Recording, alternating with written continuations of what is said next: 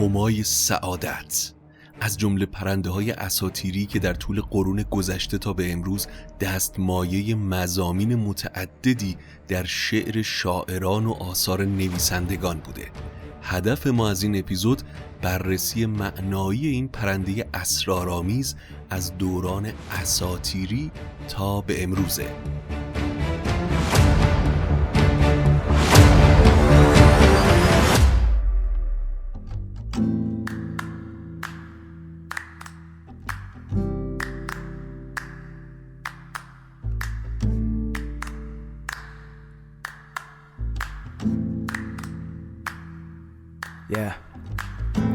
اگه حالت گرفته است، چشات پف کرده و خسته است، پاشو چای دم کن، کیک تو فرن، بشین و گوش کن به داستامینوفن.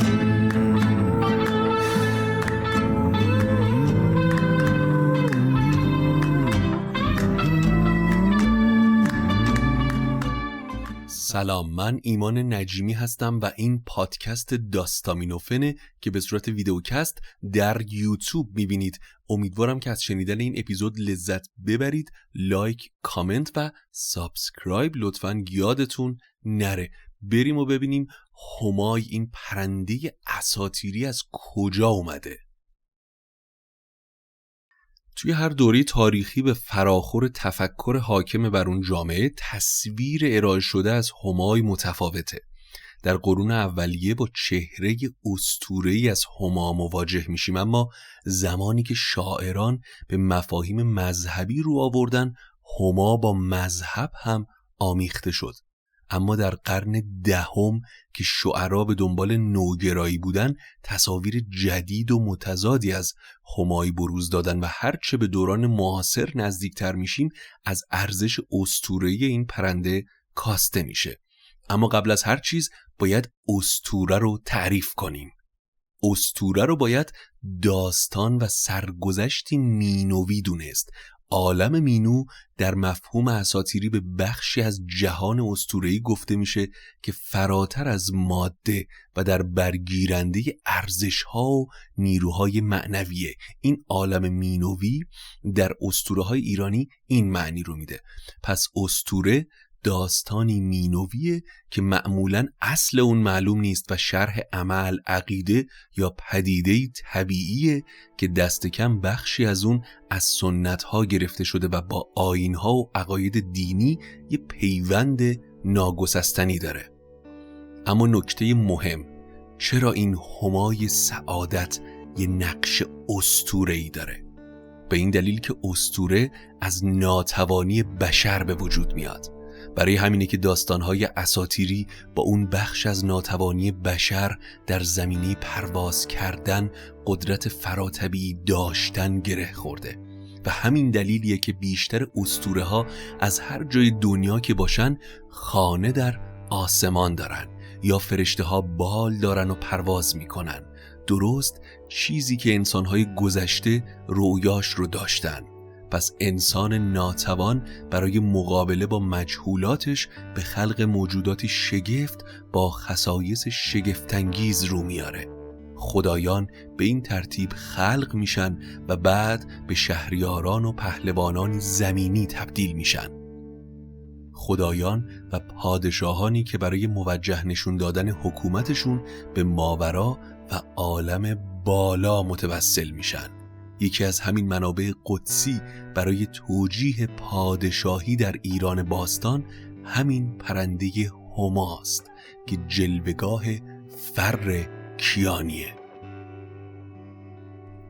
این پرنده در اسطوره‌های ایرانی جایگاه برجسته‌ای داره. در ادبیات پارسی این پرنده مرغ استخوان‌خواریه که به عنوان نماد سعادت و فر بهش توجه میشه. با اینکه در منابع باستان و اوستا از همای به عنوان مرغ یاد نشده، اما با گذشت زمان و در ادبیات دوران اسلامی ایران هما شبیه به سیمرغ، پرنده‌ای همایون فال و سعادت بخش معرفی شده. اما ویژگی استخوان‌خواری و قناعت و همینطور آزار نرسوندنش به باقی جانوران با همایونی بودن و سعادت بخش بودن این پرنده عجین شده.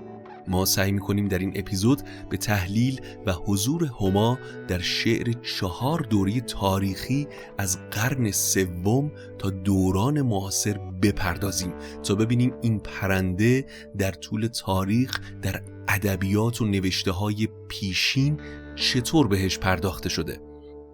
اما بیایید برگردیم به هزاره قبل، زمانی که دین مردم ایران زرتشتی بود.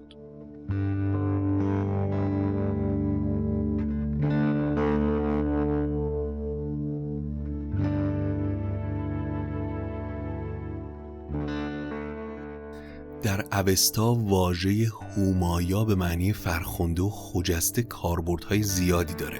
پیشوند هو در فارسی پهلوی و میانه به معنی نزدیک و خوش به کار میره، مثل هو در واژه هوروان که به معنی نیک روانه.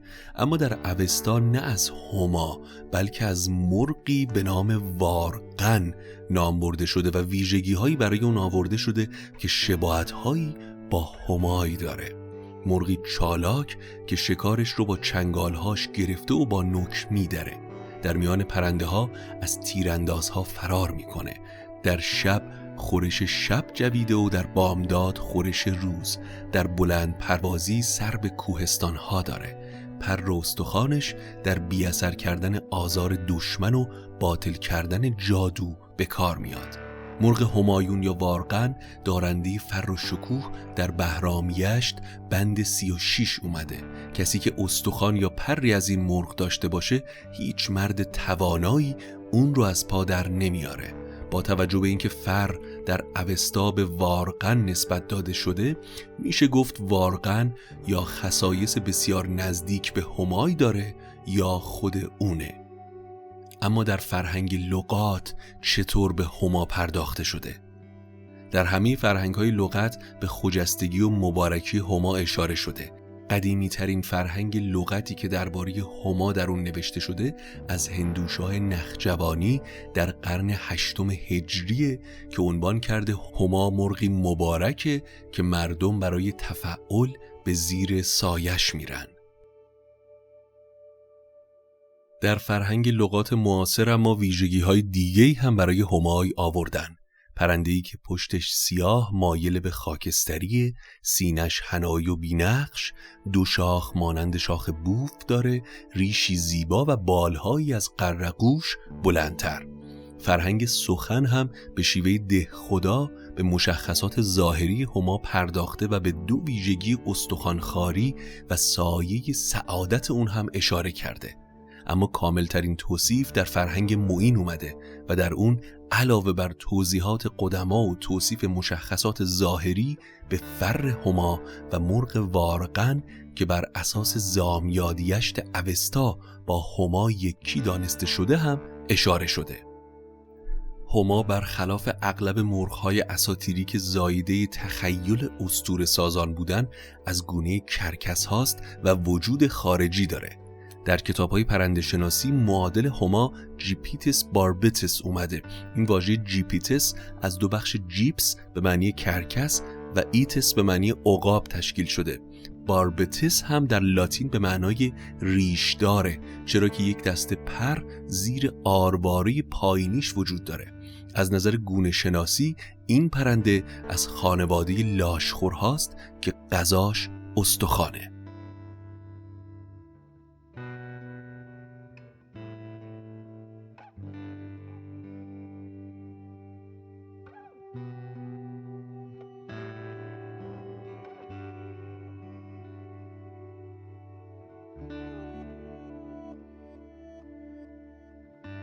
اگر قسمت‌های شاهنامه به نثر پادکست داستامینوفن رو گوش کرده باشید با واژه فر حتما آشنایی دارید. حاله معنوی و غیر قابل دیدن با چشم ظاهر که همیشه همراه و یاور پادشاهان بر حق ایران بوده و اگر پادشاهی به خودپسندی و تاریکی روی می آورد فر ازش دور می شد و کار اون شخص به نیستی و تیر روزی دچار می شد.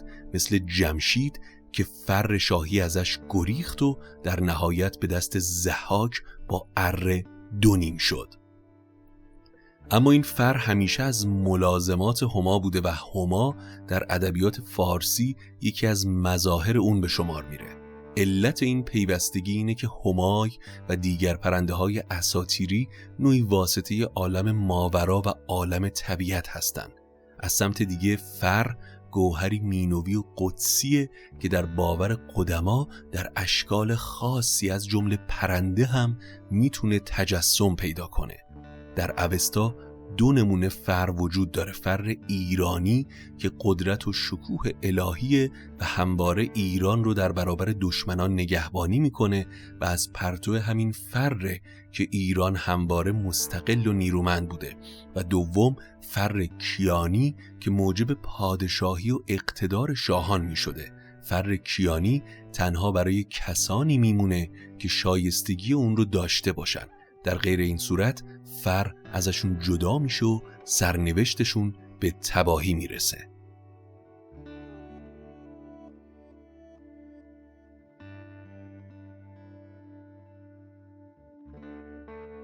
در اولین مرحله از شعرهای قرن 3 تا 7 داریم از چه دوره‌ای حرف میزنیم؟ توی این 4 سده از قرون 3 تا 7 سلسله های مختلفی روی کار اومدن. از قرن 4 هجری سامانیان، بعد آل بویه، قرن 5 غزنویان و سلجوقیان، در قرن 6 و 7 هم خوارزم شاهیان و سلجوقیان روم. هما اما در شاهنامه فردوسی که در فاصله همین قرون قرار میگیره. اسطوره هما در شاهنامه دارای 3 جلوه است: فر هما، پر هما و نشان درفش. فر همای در اساطیر ایران فر در حالت تکامل یافتش یه نیروی آسمانی همونطور که گفتیم که نزد شاهان جای داره و اگر شاه خطایی بکنه فره ازش روی گردان میشه. فر نه مستقیم بر شاهان بلکه بر جانوری فرود میاد و تا اون جانور از آن اون پادشاه باشه سلطنتش استواره. در شاهنامه فر به هما منسوبه و در برخی نسخ ابیاتی در این باره وجود داره. همی بر سرش داشت سایه ز فر، همای سپهرش بگسترد پر. یا تو فر همایی و زیبای گاه، تو تاج کیانی و پشت سپاه. در اوستا همینطور اومده که فر ایزدی به صورت مرغ وارقن یا همون هما از پیکره جمشید جدا شده. فر نیروی قدسی در میان آدمیان میشه و به صورت یک پرنده از شخصی که شایستگیش رو از دست داده به فرد شایسته دیگه‌ای منتقل میشه.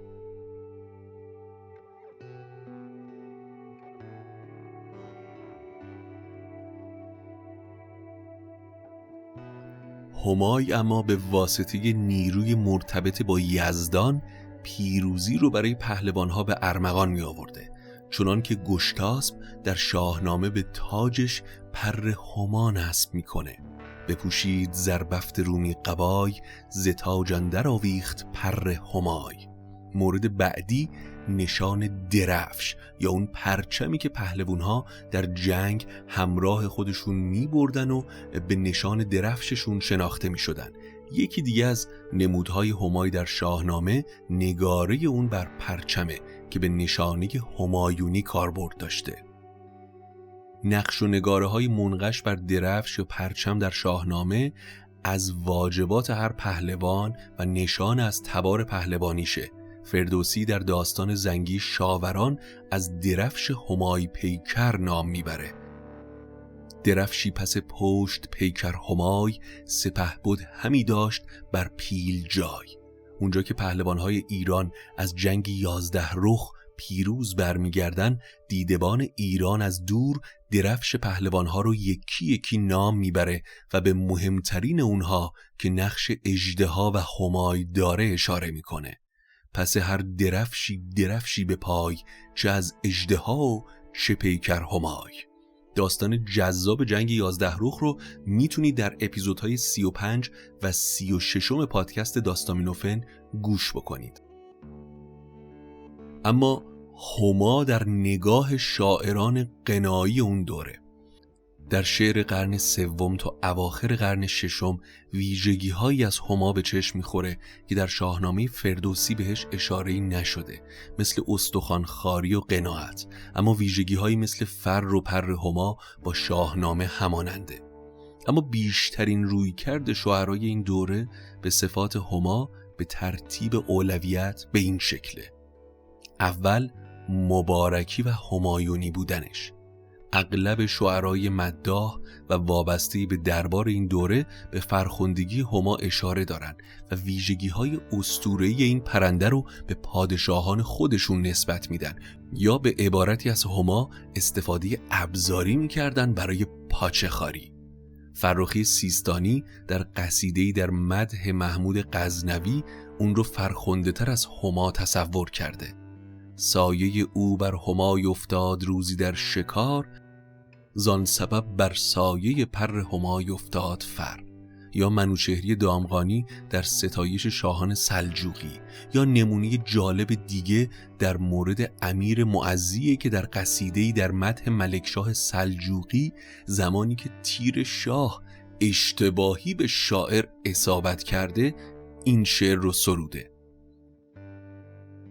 بر من همای همت او سایه گسترید، چون در تنم شد آهن پیکان او نهان، و از بهر آن که قوت همای استخوان بود، آهن گرفت در تن من طبع استخوان. انوری هم گستره عدل جلال الوزراء احمد ابن مخلص رو به گستردگی هما میدونه، اما برخی هم هما رو به شیوهی بدی به تصویر کشیدن، مثل آقای نظامی در تصویری استعاری خورشید رو از اون جهت که در برج حمل یا همون فروردین ماه ما واقع شده، درخشش و نورانیت خورشید در برج حمل رو به فر هما تشبیه کرده و در بزرگمنشی و بلند همتی انسان اینطور سروده: فر همای حملی داشتی، اوج هوای ازلی داشتی، گرچه پر عشق تو غایت نداشت، راه ابد نیز نهایت نداشت. اما بریم سراغ تغذیه هما. هما خارج از دنیای اسطوره‌ای و در جایگاه یک پرنده واقعی از گونه کرکس هاست، اما برخلاف کرکس ها غذای هما فقط استخوانه. هما استخوانها رو از زمین بر می‌داره و از بالا به روی صخره‌ها رها می‌کنه و بعد از قطعه شدن اونها مغز استخوان رو می‌خوره. این ویژگی هما دستمایه مضامین شاعرانه زیادی قرار گرفته و به تعابیر مختلفی در شعر به کار رفته. انوری هما رو ریزخوار استخوان‌های گران دشمنان ممدوح خودش میدونه، یعنی بدخواه‌های پادشاهش رو یا کسی که داشته ستایشش میکرده رو اینطور توصیف کرده که هما ریزخوار استخوان‌های گران دشمنانه. هما اما با اینکه اصالتی ایرانی داره، شاعران بعد از اسلام زیادی همون رو با عناصر مذهبی تلفیق کردن که موجب زایایی مفاهیم متنوع در ادبیات ایرانی شده، مثل هما در کنار کعبه، هما زیر عرش معلا و ارتباطش با آیت الکرسی و غیره. اما بریم سراغ قرون بعدی، بیایم جلوتر. هما در نگاه شاعران قرن هفتم و نهم.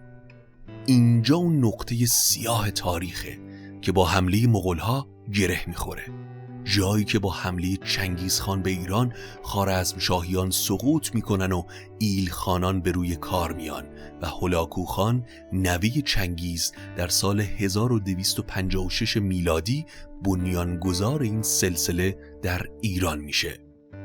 اما بعد از حمله مغول، شعر در ایران جایگاه قبلی خودش رو در دربار شاهان از دست میده و اغلب شاعرها به مضامین اجتماعی و عرفانی رو میارن.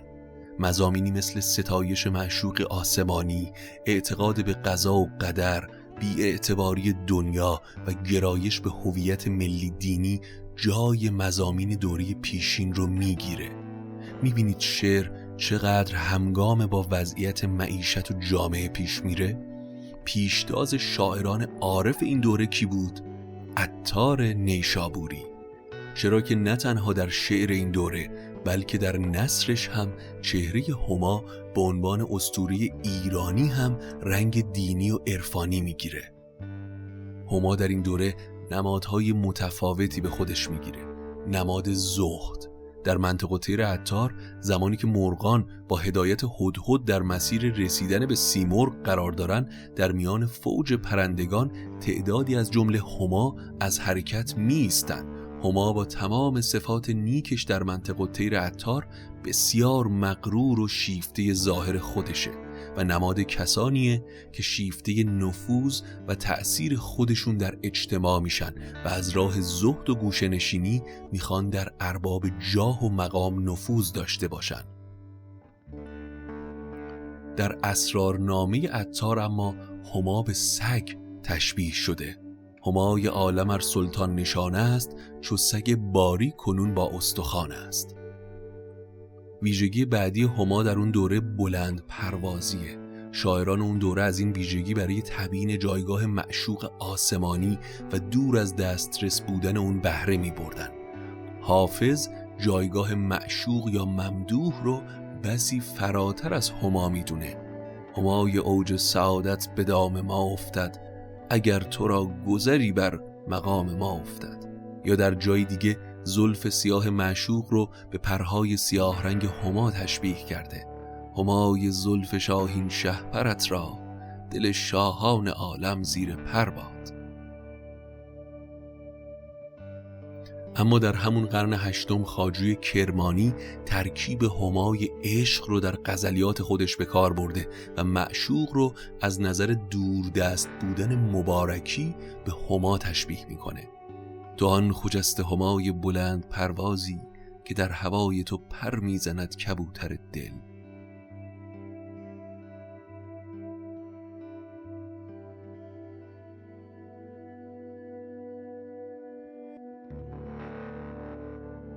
در اشعار این دوره فر هما که پیشتر در موردش صحبت کردیم بیشتر مضمون عاشقانه داره. به بیان دیگه دل بیمقدار عاشق در عشق جانان فر همایی پیدا میکنه. حضرت حافظ در همین راستا میگه محترم دار دلم کین مگس قند پرست، تا هوادار تو شد فر همایی دارد. اما نسبت به شاعران پیشین، شاعران این دوره در مقایسه با سایر ویژگی‌های هما کمتر به فر هما توجه نشون دادن. گویا آثار تاخت و تاز مغول‌ها و حاکمیت غاصبانه‌شون اون تصور مبارکی و فر و شکوه سلطنت رو از ذهن شاعرهای اون دوره پاک کرده. اما یکی دیگه از ویژگی‌های هما سایه مبارکشه که حافظ و سعدی در شعر بهش پرداختن. حضرت سعدی میگه تو همایی و من خسته بیچاره گدای، پادشاهی کنم ار سایه به من برفکنی. دیگران چون بروند از نظر از دل بروند، تو چنان در دل من رفته که جان در بدنی. نمونه‌های بیشتری از ویژگی سایه‌وار هما در شعرهای حافظ، سعدی و مولانا وجود داره که با یک گشت و گذار کوچیک میتونید پیداش بکنید. هما در اشعار قرن دهم تا پایان قرن 12 این دوره آغاز حکومت صفویان تا انقلاب مشروطه است که فراز و نشیب‌هایی رو برای ایران به همراه داره.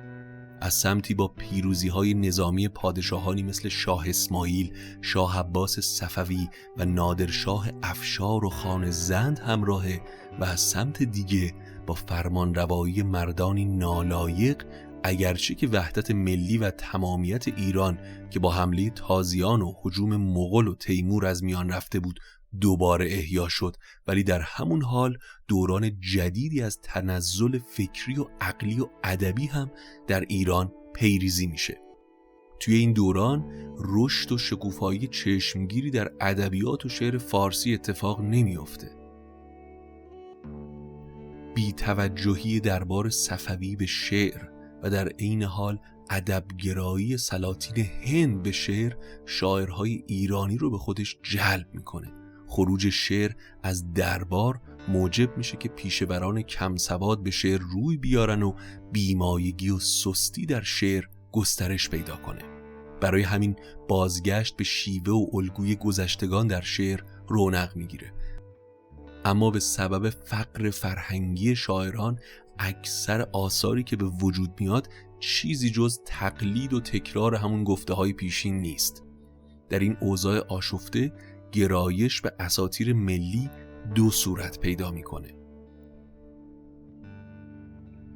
در دوره صفویان شعرا به دنبال یافتن مضامین تازه هستند و یک تصویر متضاد و متناقضی از مرغ هما رو بیان میکنن. در حالت دوم و همزمان با اوایل قاجار هم اساطیر ملی خیلی زیاد با عناصر مذهبی گره میخورن و ویژگی‌های ملی اون تحت شعاع نمادهای مذهبی قرار میگیره. اما در این دوره در قیاس با دوره‌های پیشین از ارزش هما کم میشه. اغلب شعرای قرن دهم و یازدهم سایه هما رو زودگذر و تیره میبینن و اون رو دلیلی بر ناپایداری دولت و سعادت تلقی میکنن. در نظر اونها دولتی که برخواسته از سایه و بال هما باشه گذراست، چرا که سعادت از نظر اونها یک امر ذاتیه. برای مثال صائب چهره هما رو چندان مثبت جلوه نمیده. سعادت ازلی جو که در گذر باشد، سعادتی که زبال و پر هما بخشند. یا کسانی رو که به امید همای سعادتن بی سعادت میدونه. ما گذشتیم از هما و سایه اقبال او، تا کدامین بی سعادت بر سر خود جا دهد. اما آقای صائب به این راضی نمیشه و حتی سایه دیوار رو به سایه هما ترجیح میده. بال هما را به سایه نشینان گذاشتیم، با داغ عشق زینت افسر چه حاجت است. بیدل دهلوی هم سعادت رو بر تکیه به اعتماد به نفس و ویژگی‌های فردی میدونه تا خوش اقبالی که از طریق همای با آدم منتقل بشه. از بال هما کیست کشد ننگ سعادت، بیدل ز سر ما نشود سایه ما کم. اما برخی دیگه از شاعران مثل وحشی بافقی خوشحالن که در روزگار نامساعد لااقل فر هما و سایه اون باقی مونده. اما چهره مثبت هما در دوره قاجار رو هم کمی بهش بپردازیم. انقدرها هم دیگه چهرش سیاه و تیره نبوده. تغییر نگاه به هما و ارج نهادنش بهش در دوره قاجار تابع توجه دربار به شاعران و بازگشت تفکر شاعران عهد قاجاری به دوران کهنه. اینجایی که توجه به شاعرها دوباره در طی دربار اتفاق میفته، هما هم چهره مثبت پیدا میکنه. برای مثال فروغ بسطامی شاعر مدیح سرای قاجاری ناصرالدین شاه رو به همای زرین بال تشبیه کرده. میتونیم تصور کنیم که قبله عالم با اون شکم گنده همای در حال پرواز در ارتفاع کمی میشده. حالا شعر چیه؟ میگه به سایه تو خوشم ای همای زرین بال، که بر صنوبر دلها نشیمن است تو را. یا خیلی از شاعران این دوره سایه هما رو خجسته دونستن و اون رو در پیوند با مفاهیم مذهبی به کار بردن. برای مثال وحشی بافقی، کلیم کاشانی یا حزین لاهیجی که در مدح امامان شیعه از اون بهره بردن. این تفاوت پس دوره صفوی و قاجار رو هم بهش پرداختیم که نگاهشون به هما چقدر متفاوت بوده. اما حالا میرسیم به دوره معاصر. با پیروزی انقلاب مشروطه و تغییر و تحول توی فضای سیاسی و اجتماعی جامعه، شعر مشروطه رفته رفته از آب و رنگ سنتی خودش خارج میشه و از نظر مضمون بازتاب اوضاع سیاسی و اجتماعی ایران میشه که در نهایت به شعر نو منتهی میشه. اما در حال و هوای مشروطه کارکرد اسطوره رنگ دیگه‌ای به خودش میگیره. شاعر معاصر اسطوره ها رو منطبق با وضع موجود بازسازی میکنه. از جمله ویژگی‌های بارز هما در شعر بعد از مشروطیت نماد فرخندگی و همایونی بودن هماه. این ویژگی در راستای بیداری مردم به کار گرفته میشه و شعرا خجستگی هما رو در برابر شوم بودن بوف و خفاش و زاغ نشون میدن. برای مثال فرخی یزدی میگه هرگز به هما بوم برابر نشود، با بلبل باغ زاغ همسر نشود. یا عارف قزوینی برای نشون دادن بیکفایتی مجلس قانونگذار اون رو خونه جغدی میدونه که در شأن مرغ همایون فعال نیست. هما گاهی هم در مضامین مدح و ستایش به کار رفته، همونطور که ایرج میرزا در مدح امیر نظام قصیده‌ای داره و حتی جلوتر ابتهاج در ستایش آزادی یا پروین اعتصامی در شعری تعلیمی از هما بهره گرفتن. برخی هم هما رو با مفاهیمی عاشقانه آمیخته کردن، مثل رهی معیری تو همای سعادتی ز چه روی، صید غم گشته ای چو بوتیمار. اما قناعت جز به اون مفاهیمیه که اگرچه شاعران این دوره نسبت به دوره‌های پیشین کمتر بهش پرداختن، اما میشه به صراحت این رو گفت که مضمون قناعت با استخوانخواری هما همیشه پیوند داشته. پروین اعتصامی کسی رو روشن ضمیر میدونه که با داشتن نعمتهای فراوان مثل هما به اندک مایه‌ای قناعت میکنه. روشن ضمیران که از این خانه گونه گون، قسمت همایوار بجز استخوان نداشت. اما در پایان هما، این پرنده اساطیری از دوران باستان تا به امروز بر آسمان ایران زمین پرواز کرده و بالهای بلندش سایه خیال مردم این سرزمین بوده. هرچند که همیشه با نیک اقبالی همراه نبوده، اما نمیتونیم منکر این بشیم که در روح جمعی و اسطوره‌ای ما همای نشان از سعادت داره و ما هم کماکان به امید سعادت این مرز و بوم، به پرواز این مرغ اساطیری در آسمان دل میبندیم.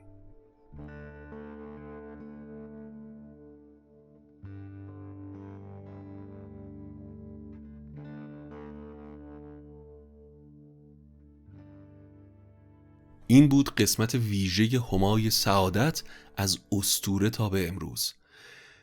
کمک بزرگی به ما میکنید که سابسکرایب بکنید کانال یوتیوب ما رو و لایک و کامنت بگذارید برای ما و این پادکست رو به سایر دوستانتون معرفی بکنید. من ایمان نجیمی به همراه اصلان تدوینگر عزیزمون این پادکست رو ساختیم.